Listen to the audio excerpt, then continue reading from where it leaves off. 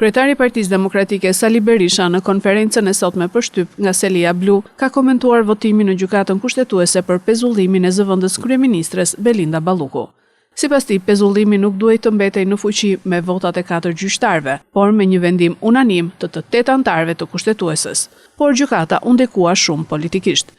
Dr. Berisha u bëri thirrje qytetarëve që t'i bashkohen masivisht protestës së nesërme të thirrur nga opozita në kryeqytet, pasi qëllimi i kryeministrit Rama nuk janë interesat e qytetarëve, por vetëm të mbrojë vjedhjet e veta dhe të zëvendës kryeministres Balluku. Shkelje flagrante dhe grush shteti përbën, element të grushtit shtetit. Element të grushtit shtetit.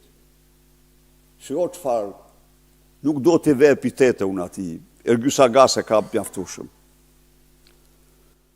Bën të thirrje të arrestohej lideri i opozicës, arrestonte në mes rrugë urdhronte kryetarin e partisë dytë opozitare, hapte çështje penale për një çështje të tejkaluar, të parashkruar për të tretin, dhe këto që i konvenonin për mandatin e këtij kriminali, këto ishin veprime të drejtësisë reformuar. Dhe këto i quhen të ai suksese të mëdha dhe i rrahte gjoksin e Europës se njëri tjetër reformë të tillë nuk ka bërë. Kurse tani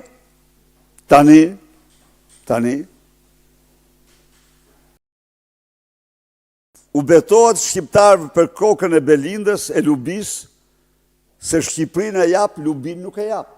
Çdo shqiptar e ka të qartë që ka vetëm një rrugë, revolt, gjerënërzimin e tij. Po ama, gjithçka po zhvillohet në favor të shqiptarëve.